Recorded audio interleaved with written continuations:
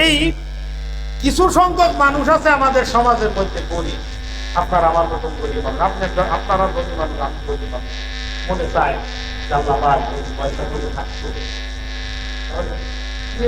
বাজারের এই কিছু মসজিদ পাঁচতলা করে দিতাম, এরকম মনে করলে খায় জাগে না, কথা বলেন জাগে কি জাগে না, পয়সা নাই যাতে আপনাদের কোনো জাগে না বাজান। কত বড় লোকেরা কত হাজার হাজার টাকা দান করে, আপনার মালিক আমার যদি এরকম থাকতো তাহলে আমিও দান করতাম, মনে চাই কি চাই না, এখানে কি বলে যাই মনে চাইলে ফায়দাটা কি। ইমাম বুখারী রাহমাতুল্লাহি আলাইহি উস্তাদ হযরত আব্দুল্লাহ ইবনে মুবারক রাহমাতুল্লাহি আলাইহি, এই আব্দুল্লাহ ইবনে মুবারককে একটু চিনানোর জন্য ইমামে আযম আবু হানিফা রাহমাতুল্লাহ আলাইহির ছাত্র হযরত আব্দুল্লাহ ইবনে মুবারক, আর আব্দুল্লাহ ইবনে মুবারকের ছাত্র ইমাম বুখারী রাহমাতুল্লাহি আলাইহি। আবার আসেন ইমামে আযম আবু হানিফা রাহমাতুল্লাহ আলাইহির ছাত্র ইমাম মুহাম্মদ রাহমাতুল্লাহি আলাইহি, ইমাম মুহাম্মদ রাহমাতুল্লাহি আলাইহির ছাত্র ইমাম শাফি রাহমাতুল্লাহ আলাইহি, ইমাম শাফি রাহমাতুল্লাহ আলাইহির ছাত্র ইমাম আহমদ ইবনে হাম্বল রাহমাতুল্লাহ আলাইহি, ইমাম আহমদ ইবনে হাম্বল রাহমাতুল্লাহ আলাইহির ছাত্র ইমাম বুখারী রাহমাতুল্লাহি আলাইহি। আল্লাহু আকবার। ইমামে আযম কোন জায়গায়, ইমাম আবু হানিফা কোন জায়গায়, হানাফি মাযহাবের অনুসারী হতে পেরে খুশি না বেজা। ইমামে আযম আবু হানিফা রাহমাতুল্লাহ আলাইহি 10 জনের বেশি সাহাবায়ে কেরামের সঙ্গে সাক্ষাৎ হয়েছে তার। এই ইমাম আযম আবু হানিফা রাহমাতুল্লাহ আলাইহি ছাত্র হযরত আব্দুল্লাহ ইবনে মুবারক রাহমাতুল্লাহ আলাইহি, ইনার একজন প্রতিবেশী ছিলেন, এই লোকটা ছিল কামার। কামার চেনেন আপনারা? লোহার কর্মকার। এখন এক কামার মারা গেছে। কামার মারা যাওয়ার পরে হযরত আব্দুল্লাহ ইবনে মুবারক রাহমাতুল্লাহ আলাইহি উনিও ইন্তেকাল করেছেন, কামারও ইন্তেকাল করেছেন। খুব মন দিয়ে বলবেন কথা, ইমাম আব্দুল্লাহ ইবনে মুবারকও ইন্তেকাল হয়ে গেছে, কামারের কর্মকারেরও ইন্তেকাল হয়ে গেছে। ইন্তেকাল হয়ে যাওয়ার পরে আব্দুল্লাহ ইবনে মুবারক রাহমাতুল্লাহ আলাইহি তার এক ছাত্র আব্দুল্লাহ ইবনে মুবারককে স্বপ্ন দেখেছে। আল্লাহর ওলিরা বা এরকম কোন মৃত ব্যক্তিকে স্বপ্ন দেখলে তার কাছ থেকে অনেক কিছু জিজ্ঞাসা করা যায়, শোনা যায়। ছাত্র জিজ্ঞাসা করে, আল্লাহ পাক আপনার সঙ্গে আল্লাহ পাক কি আপনাকে মাফ করে দিতে হবে? তখন ইমাম আব্দুল্লাহ ইবনে মুবারক জলিল কদর মুহাদ্দিস ইমাম বুখারীর মতন হাসতিতে পড়ায়, কত বড় আলেম হওয়ার কথা, উনি বলতেছেন যে হ্যাঁ আল্লাহ পাক আমারে মাফ করে। কিন্তু আমি আশ্চর্য হয়ে গেছি যে আমার যে প্রতিবেশী ছিল কামার, এই কামারের মর্যাদা, মান, জান্নাতের মান আর আমার জান্নাতের মান সমান। সুবহানাল্লাহ। আমি আশ্চর্য হয়ে গেলাম, এটা কিভাবে সম্ভব? আব্দুল্লাহ ইবনে মুবারকের ছাত্র ওই কামারের স্ত্রীর কাছে গিয়ে বলতেছে, পর্দা থেকে মাগো, তোমার স্বামী একজন কর্মকার ছিলেন, তোমার স্বামীর এমন কোন গোপন আমল ছিল যে আমলের কথাটা একটু বলো আমাকে। আমার উস্তাদ ইমাম আব্দুল্লাহ ইবনে মুবারক রাহমাতুল্লাহ আলাইহি মাকাম মর্যাদা আর তোমার কামার স্বামীর মর্যাদা সমান সমান হয়ে গেল কিভাবে? স্ত্রী স্বামী কেমন, কয় নম্বরের বুজুর্গ আর কয় নম্বরের তাও দুনিয়ার কেউ না জানলেও কে জানে? কথা বলেন, কে জানে? ওই জায়গায় কিন্তু বাজার ফিরগিরি উপরগিরি কোনো কিছুই কাটে না, মন্দিরিও কাটে না, ওই জায়গাটা সম্পূর্ণ আলাদা। স্ত্রী তো জানে স্বামী কেমন, এই জন্য স্ত্রীর কাছে জিজ্ঞাসা করতেছে যে আব্দুল্লাহ ইবনে মুবারকের মতো মর্যাদা কিভাবে হইল? স্ত্রী বলতে, না তেমন কিছু তো আমি খুঁজে পাই না। বলেন, স্ত্রী ডাক দিয়ে বলতে যে হ্যাঁ তবে একটা জিনিস আমি দেখেছি, আমার স্বামী মূর্খ মানুষ ছিল, আমার স্বামী অশিক্ষিত মানুষ ছিল, বিশেষ ক্যাডার ডক্টরের ডিগ্রিটা নিতে আমার হইতে পারে না, কথা বলেন না। আমার স্বামী অশিক্ষিত মূর্খ মানুষ ছিল, তবে আমার স্বামীর একটা আফসোস আর জীবনকালের একটা আফসোস ছিল। আব্দুল্লাহ ইবনে মুবারক প্রত্যেকদিন রাত্রে বাড়ির ছাদের উপরে যখন তাহাজ্জুদের নামাজে দাঁড়াইতো, আমার স্বামী যুক্তির মধ্যে বসে বসে আব্দুল্লাহ ইবনে মুবারকের নামাজের দিকে তাকাই তাকাই দেখতো আর আফসোস করতো। তুই চোখ দিয়ে দরদর করে পানির ঘোড়াগুলো ঘুরে ঘুরে করতো আর আল্লাহর দরবারে অভিযোগ দিয়ে বলতো, তুমি আমাকে গরিব বানাইছো, আসমানের মালিক তুমি আমাকে গরিব বানাইছো। আমি যদি গরিব না হইতাম সারাদিন আমি লোহা পিঠা মৌলানার কাজ, শক্ত লোহা পিঠা বিক্রি করতে হাড় ভাঙা পরিশ্রম সারাদিন পর্যন্ত আমি করি। সারাদিন হাড় ভাঙা পরিশ্রম করার কারণে যখনই সন্ধ্যা হয় ঈশার নামাজের পরপরই আমার চোখ ধরে ঘুম চলে আসে। আমারও যদি এরকম আরাম আয়েশের জীবন থাকতো, আব্দুল্লাহ ইবনে মুবারকের মতো যদি আমার জীবনটা হইতো, ওগো আসমানের মালিক, তাহলে আমিও সারা রাত দাঁড়ায় দাঁড়ায় নফল ইবাদত করতাম। ওই আমার স্বামী যতদিন পর্যন্ত জীবিত ছিলেন ততদিন পর্যন্ত এরকম আফসোস করতে করতে কবরে চলে গেছে। আব্দুল্লাহ ইবনে মুবারকের ছাত্র চিৎকার করে ডাকতে বলতেছে, মাগো, আমার উস্তাদ আব্দুল্লাহ ইবনে মুবারকের মর্যাদা আর তোমার কামার স্বামীর মর্যাদা আল্লাহ পাক সমান করে দিয়েছে। তার আমি বুঝতে পেরেছি, মুসলমান নেক কাজের আগ্রহ করলেও সব হয়।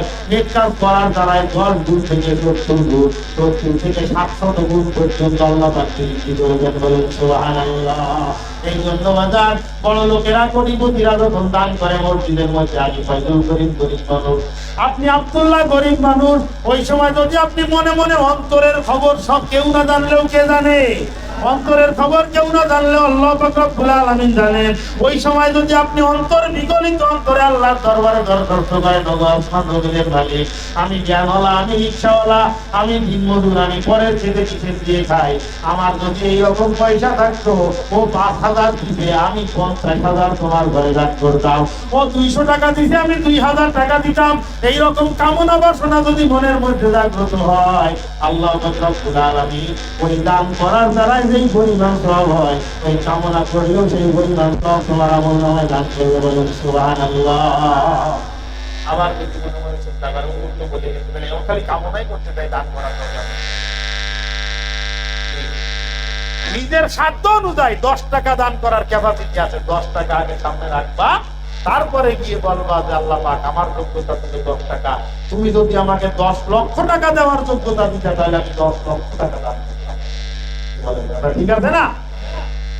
এইরকম কামনার দ্বারা কি হবে, ওই দানের পরিমাণ সব আল্লাহ পাক রব্বুল আলামিন আপনার আমার আমলনামায় দান করবেন। বলেন সুবহানাল্লাহ। তার বাস্তব দৃষ্টান্ত হযরত আব্দুল্লাহ ইবনে মুবারক রাহমাতুল্লাহ।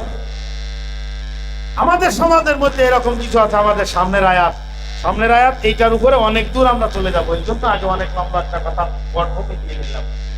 আমাদের সমাজে অনেক মানুষ আছে, যদি টাকা হইতো আমার, তাহলে এই করতাম, আমার গ্রামে বয়ান আবার ইউটিউবের মধ্যে আপলোড হবে, যদি এবার নাম বলে দিই, তাহলে আমার ওই গ্রামের ছেলে শুনে আবার আমার কাছে জিজ্ঞাসা করে, বাইরে যে সমস্ত বলি আমি আরেক প্রতিবেদন। এই লোকটা বিদেশ থাকে, এত সময় বিদেশ যাচ্ছে না, মানে যাইতে পারতেছে না, এটা সমস্যা, সেটা সমস্যা, টাকার সমস্যা, ভিসা সমস্যা, পাসপোর্ট সমস্যা, আমি ভালো বুঝি না, বিভিন্ন রকমের কাগজপাতির সমস্যা। তখন ও সারা মসজিদে যায় আর 50 টাকা দান করে, আর হুজুর আমার জন্য দোয়া করেন, আল্লাহ পাক বিদেশ যার তৌফিক আমাকে দেয়, এই এই মাদ্রাসা এই করে, এটা ওই এরকম। যতদিন পর্যন্ত সে বিদেশ যায় নাই, ততদিন পর্যন্ত আমার যে মাদ্রাসা 106 বছরের প্রতিষ্ঠান সাদিয়া শামসুল উলুম মাদ্রাসা, 106 বছর বয়স আমার মাদ্রাসা। ওই মাদ্রাসায় আগে 2,000, 3,000, 5,000 টাকা পর্যন্ত দান করত, আর এখন যাওয়ার পরে এই বছর রমজানে 500 টাকা।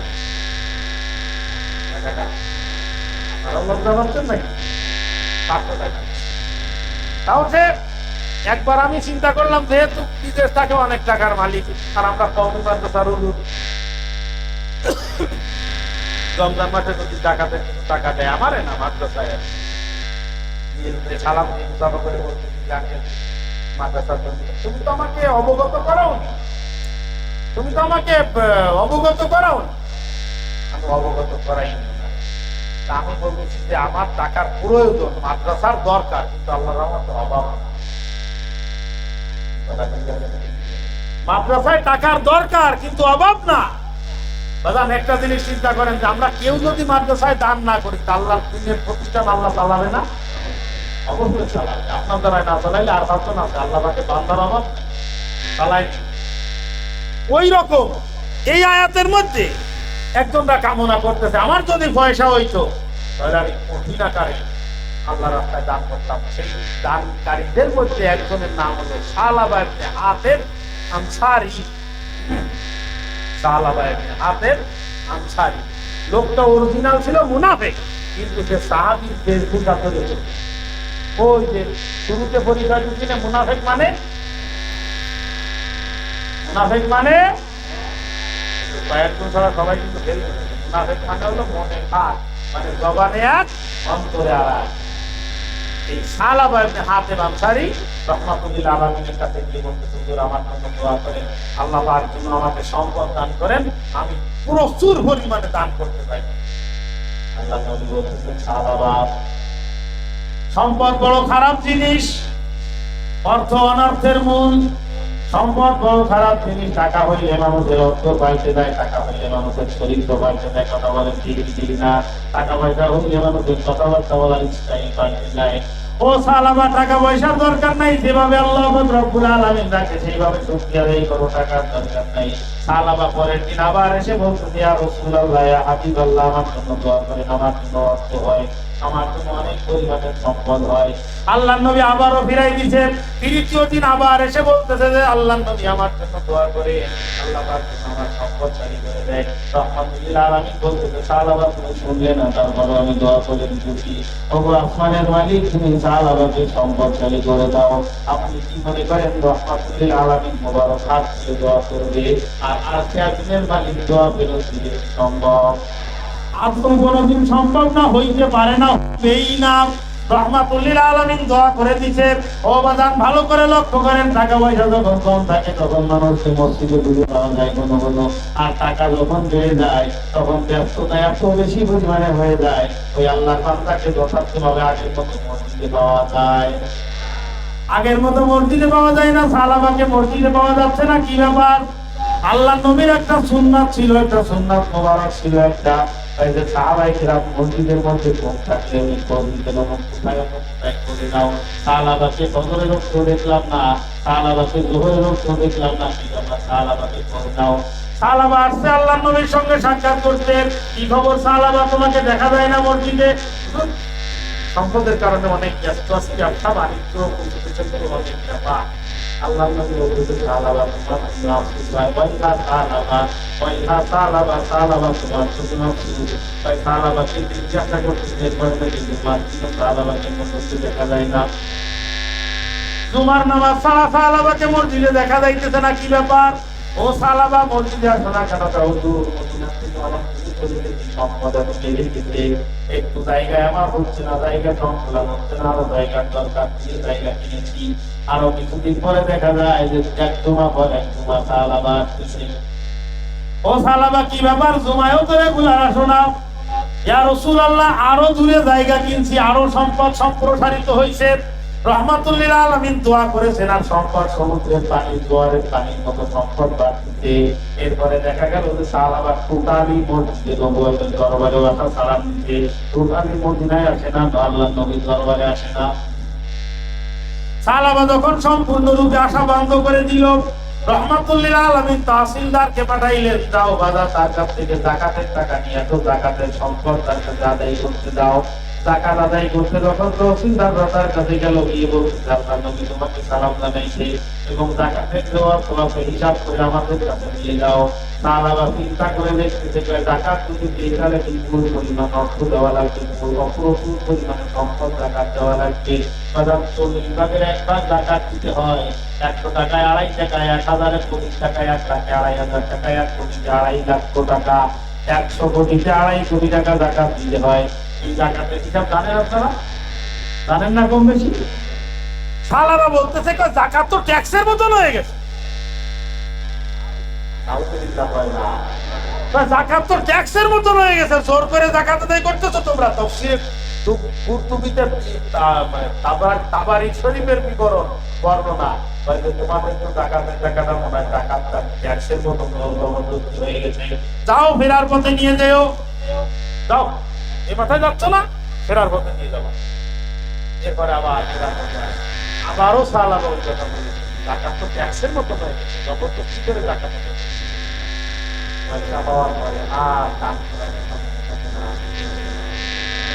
বহুত আছে এরকমের। আমার গ্রামে একজন আছে বলে, তোমার গ্রামের কথা বলছি না, তফসিল করতে তাই ভাবতেছেন না তো? এর মধ্যে এরা মানে জায়গায় জায়গায় এগুলো ফিট না করলে কিন্তু বুদ্ধি আসে না ভালো করে। একটা পরিবার এত বেশি পরিমাণে গরিব ছিল, আল্লাহ, আমি গেছি আমার মাদ্রাসা থেকে ধান কালেকশন করার জন্য। ধানের ওই যে ছোট ছোট আটি, ওইটাকে কি করবো, আটি, ধানের আটি। এখন ওই ধানের আটি গুলা এরকম ফাড়ি করা ওখানে ও ভাত খাচ্ছে। আমি তখন দিয়ে বলছি যে মাদ্রাসা থেকে আসছিলাম ধান কালেকশনের জন্য, কারণ আমার গ্রাম তো সম্পর্কে আমার চাচা হয়। সে বলতেছে তুই এই পাশে বেরোয় যাবি নাকি এদিক যাবি, মানে রাস্তাটা দুই দিক, যদি আমি এদিক যাই তাহলে আবার এদিক ফিরে আসা লাগবে, আর এদিক দিয়ে যদি যাই তাহলে আর এদিক ফিরে আসা হবে না। তা আমি বলছি কাটা ওদিক দিয়ে নিয়ে আসছি, আমি এদিক যাচ্ছি। তখন বাপের প্লেট আমার নিজের চোখে দেখা, বাপের প্লেটের সামনে ফেলে দিছে, হাত ধুয়েও চলে আসছে। বলতে ভাতটা খাইয়ে নাও, তখন সে বলতেছে আরে না, আটি এরকম করে বাইরে বাইরে আটি বাইরে বাইরে, তারপরে ধান ধরায়, তারপরে এক থামা থামা আছে তো, এক থামা ধান সে মাটি দেওয়ার পরে আমি বলছিলাম যে কাকা অধিকাংশ জায়গায় বলে ধান ছাড়া নেই, দিতে পারবো না। তখন আমার ওই সেই কাকা বলতেছে আল্লাহ এখনো যদি ফেরত দিই তাহলে এ যদি না থাকে তখন খাবার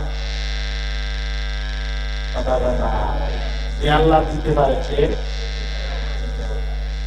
মূর্খ মানুষ, একদম বুড়ি আঙ্গুল ভাস, সত্যিকার সার্টিফিকেট হলো বুড়ি আঙ্গুল ভাস। তা বলতে তো ছিল না তো কিছুই, এখন আল্লাহ কিছু দিতে, এখনো যদি ফেরত দেই তাহলে যদি দিয়ে দেন খাবার, এটাও কিন্তু একটা। সালাবা বলতেছে যাকাত তো ট্যাক্সের মতো হয়ে গেছে, ফেরার পথে নিয়ে দেও।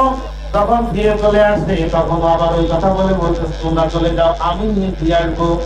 আল্লাহ নবী দরবারে যখন এসে ঘটনা বিবরণ দিছে, প্রচুর পরিমাণে যাকাতের অর্থ নিয়ে সাহাবায়ে কেরাম তহসিলদার দ্বারাও যাকাত কালেকশন করতে গেছে।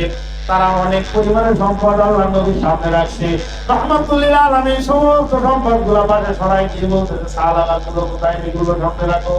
তখন সাহাবায়ে কেরাম বলতেছে ইয়া রাসূলুল্লাহ, ইয়া হাবিবাল্লাহ, সাহাবা যাকাত তো দেই নাই, সাথে সাথে আবার বলে দিতে যে যাকাত তো ট্যাক্সের মতো হয়ে গেছে, জবরদস্তি করে আদায় করতে। তো রাহমাতুল্লিল আলামিন তিনবার বলতেন ইয়া ওয়াইহা সালাবা, ইয়া ওয়াইহা সালাবা, ইয়া ওয়াইহা সালাবা, আই সালাবার জন্য আফসোস, সালাবার জন্য আফসোস, সালাবার জন্য আফসোস।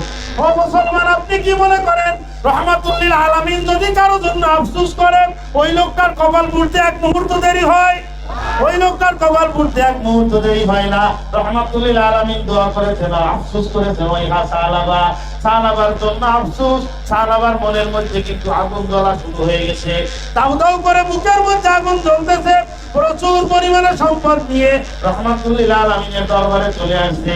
দরবারে নবুয়তে হাজির হয়ে ডাক দিয়ে বলতেছেন ইয়া রাসূলুল্লাহ, ইয়া হাবিবাল্লাহ, এই নিজ যে পরিমাণ যাকাত হয় তার থেকে আরো বেশি পরিমাণে নিয়ে আসছি, আপনি গ্রহণ করেন। রাহমাতুল্লিল আলামিন ডাক দিয়ে বলতেছেন রে সালাবা, আরশে আজিমের মালিক তোমার যাকাত গ্রহণ করতে নিষেধ করেছে। সুবহানাল্লাহ, আল্লাহ আরশের মালিক তোমার যাকাত গ্রহণ করতে নিষেধ করেছে। এখানে আপনি একটা প্রশ্ন করবেন, প্রশ্নটা হলো হুজুর সালাবা যখন নিয়েই আসছে তখন তো তার এক্ষেত্রে তাকে মাফ করে দেওয়া হবে। এই প্রশ্ন যদি জাগে তাহলে উত্তর হবে, না হইলে কিন্তু হবে না। সে যখন আসছিল নিয়ে তখন তো উচিত ছিল তারে মাফ করে দেওয়া। তাই যে সালাবা যে আসছিল, এটা কোন নিয়াতে আসছে এই জিনিসটা আল্লাহ নবী জানে না, কিন্তু আল্লাহ নবী যে মালিক তিনি কি জানেন কি জানেন না? মনের খবর, ইন্নাল্লাহ আলিমুম বিযাতিস সুদূর। আপনার মনের মধ্যে এই মুহূর্তে কি আলোচনা চলতেছে আমি জানি না, ইমাম সাহেব জানে না, কেউ জানে না, কিন্তু তিনি জানার, তিনি কি জানেন? অবশ্যই তিনি জানেন। তাই সালাবা আসছে কি কারণে? এই সালাবা এই চিন্তায় আসছে যে ছিল না কিছু, আল্লাহ নবী দোয়া করে দিয়েছিলেন, এখন আসছিলেন আবার যাকাত উসুল করার জন্য। এখানে যে দিলাম না মানুষে বলবে কি, এই তওবা করে আসে নাই। তাই তার কারণে আল্লাহ পাক রব্বুল আলামিন নিষেধ করেছে যে সালাবার যাকাত না, সালাবার যাকাত না। কিছুদিন পরে আল্লাহ নবী ইন্তেকাল হয়ে গেল। রাহমাতুল লিল আলামিনের ইন্তেকাল হয়ে যাওয়ার পর আল্লাহ নবীর জায়গায় মদিনাসী হইলেন হযরত আবু বকর সিদ্দিক রাদিয়াল্লাহু তাআলা। 2 বছর 3 মাস 2 মাসের মধ্যে সাহাবা আবার চলে আসছে যাকাত নেওয়ার জন্য। এখানে একটু কথা হয়ে গেল বাজার। আল্লাহ নবী যখন সাহাবাকে বললেন, সাহাবা তোমার যাকাত নিতে আল্লাহ পাক রব্বুল আলামিন নিষেধ করে দিয়েছে, তখন সাহাবা তাফসীরের কিতাবের বর্ণনা অনুযায়ী তাফসীরে মারিফুল কোরআনের মধ্যে আল্লামা মুফতি শফি সাহেব রাহমাতুল্লাহ আলাইহি লিখতেছেন, তা ওই সাহাবা তখন মাটি নিজের মাথার উপরে মারতেছে, মাটি নিয়ে নিজের মাথার উপরে মারতেছে, কষ্টের কারণে, লজ্জার কারণে। লজ্জাটা পাইতেছে এই কারণে যে যাকাত নিয়ে আসলাম, আল্লাহ নবী গ্রহণ করলো না। নিয়াতটা এই কারণে না যে আল্লাহ নবী দেয় নাই এই জন্য কষ্ট পাইছে, এই কারণে না। কথা বুঝাইতে পারলাম বাজার? সাহাবা এরকম ভাবে বিদায় নিয়ে চলে যাওয়ার পর হযরত আবু বকর সিদ্দিক যখন দায়িত্বে আসছেন, আবার যাকাত নিয়ে আসছে। আবু বকর সিদ্দিক ডাক দিয়ে বলতেছে, রে সাহাবা, রাহমাতুল লিল আলামিন তোমার যাকাত গ্রহণ করে নাই, আমি আবু বকরও তোমার যাকাত গ্রহণ করতে পারবো না। এর কিছুদিন পরে ওমর ইবনুল খাত্তাব রাদিয়াল্লাহু তাআলা দায়িত্বে চলে আসছেন। 11 বছর 2 মাস, 10 বছর 2 মাস পর্যন্ত ওমর ইবনুল খাত্তাব দায়িত্ব ছিলেন। ওই সময়ও সাহাবা যাকাত নিয়ে ওমর ইবনুল খাত্তাব ডাক দিয়ে বলতেছেন যে সাহাবা, আল্লাহ নবী তোমার যাকাত গ্রহণ করেন নাই, হযরত আবু বকর যাকাত গ্রহণ করে নাই, আমি ওমরও তোমার যাকাত গ্রহণ করতে পারবো, আমিও তোমার যাকাত দিচ্ছি না। ইতিহাসের কিতাবের মধ্যে লেখে তৃতীয় খলিফা হযরত উসমান ইবনে আফফান রাদিয়াল্লাহু তাআলা জামানায় এই সাহাবা বেঈমান হয়ে দুনিয়া ত্যাগ করে বলেন নাউযুবিল্লাহ। আল্লাহ পাক রব্বুল আলামিন সেই ঘটনাই বর্ণনা করতেছেন, ওয়ামিনহুম মান আহাদাল্লাহ। তার মুনাফিকদের মধ্যে এক শ্রেণীর মানুষ আছে যারা আল্লাহ পাকের সঙ্গে অঙ্গীকার করে, লাইন আতানা মিন ফাদলিহি, আল্লাহ পাক রব্বুল আলামিন যদি আমাদেরকে তার অনুগ্রহ দান করে, যদি সম্পদ দান করেন, লানাসাদাকান্না, আমরা অবশ্যই সাদকা করব, ওয়ালানাকুনান্না মিনাস সালিহিন, অবশ্যই আমরা নেককারের মানুষের অন্তর্ভুক্ত হয়ে যাব। বলেন সুবহানাল্লাহ। ওয়াদা করে তারা আল্লাহর সঙ্গে, ওয়াদা করার পরে কি হয়? ফালাম্মা আতাহুম মিন ফাদলিহি, আল্লাহ পাক রব্বুল আলামিন যখন তার অনুগ্রহ তাদেরকে দান করেন, বা ফিলুবিহি, তখন তারা কৃপণ হয়ে যায়। টাকা বের করতে, পকেট থেকে বের করতে কলিজা ছিঁড়ে যায়। কথা বলেন ঠিক কি ঠিক না? বা ফিলুবিহি, তখন তারা বকিল হয়ে যায়। ওয়াতাওয়াল্লাউ ওয়া হুম মুরিদুন, এবং তারা মুখ ফিরিয়ে নেয় এবং সম্পূর্ণরূপে বিমুখ হয়ে যায়। তারা আগের মতো আর দান সদকা করতে চায় না। ফাআকাবাহুম নিফাকান ফি কুলুবিহিম ইলা ইয়াউমি ইয়ালকাহু, আল্লাহ পাক রব্বুল আলামিন বলতেছেন, ফাআকাবাহুম, আল্লাহ পাক তাদের উপরে কেড়ে দেন তাদের মুনাফিকিটা। নিফাকান মানে মুনাফিকি, ফি কুলুবিহিম তাদের অন্তরের মধ্যে, ইলা ইয়াউমি ইয়ালকাহু, ওই দিন পর্যন্ত যেদিন আল্লাহ পাকের সঙ্গে সাক্ষাৎ হবে। মানুষ যখন গুনার কাজ করে, খুব বেশি বিরক্ত লাগতেছে না তো? মানুষ যখন গুনার কাজ করে, প্রথম গুনার কাজ করতে লজ্জা পায়, তারপরে যে ওইটা আস্তে করে স্বাভাবিক হয়, এরপরে যে অভ্যাসে পরিণত হয়, এরপরে গিয়ে ওই গুনাহটা অন্তরের মধ্যে মজবুত ভাবে এমন ভাবে বসে যায় যে পরে আর তওবা করার কথা বলা আকাবাহুম। এই মুনাফিকি করতে করতে করতে করতে এইরকম অবস্থা হয়ে গেছে যে মুনাফিকিটা অন্তরের সঙ্গে পুরোপুরোভাবে চলে গেছে, এমন ভাবে জড়াই গেছে আর তওবা করার আর কোনো সুযোগ নাই। নিফাকান ফি কুলুবিহিম ইলা ইয়াউমি ইয়ালকাউনাহু, কিয়ামত পর্যন্ত মুনাফিকি তাদের অন্তরের মধ্যে রয়ে গেছে। কেন? বিমা আখলাফুল্লাহ মা ওয়াদুহু, আল্লাহ পাকের সঙ্গে যেটা ওয়াদা করেছিল সেই ওয়াদা খেলাফ করার কারণে। এই যে ওয়াদা করছিল, কি ওয়াদা করছিল? বলেন কি ওয়াদা করছিল? সম্পদ হইলে দান করবো। আপনারা খুব রাগ করতেছেন নাকি? তাহলে কথা বলেন একটু ভালো লাগবে, না হইলে তো আপনারা আমার সঙ্গে আসেন, আমি বলবো কিভাবে। কি ওয়াদা করছিল? যে টাকা হইলে কি করব? দান করব। টাকা হইলে দান করবে, সে ওয়াদা করছিল। এই ওয়াদা করার পরেও যখন ওয়াদাটা খিলাফ করলো, এই ওয়াদা খিলাফ করার অপরাধে তাদের মধ্যে গুনাহটা মজবুত ভাবে বেড়ে গেল। বিমা আখলাফুল্লাহ, আল্লাহ পাকের সঙ্গে খিলাফ করলো, মা ওয়াদুহু, যেটা ওয়াদা করেছিল, বিমা কানু ইয়াকসিবুন, এবং যে সমস্ত মিথ্যাচার তারা করেছিল, এই মিথ্যাচার তাদের অন্তরের মধ্যে গেড়ে বসে গেল। আল্লাহ ইয়ালামু, তারা কি এটা জানে না?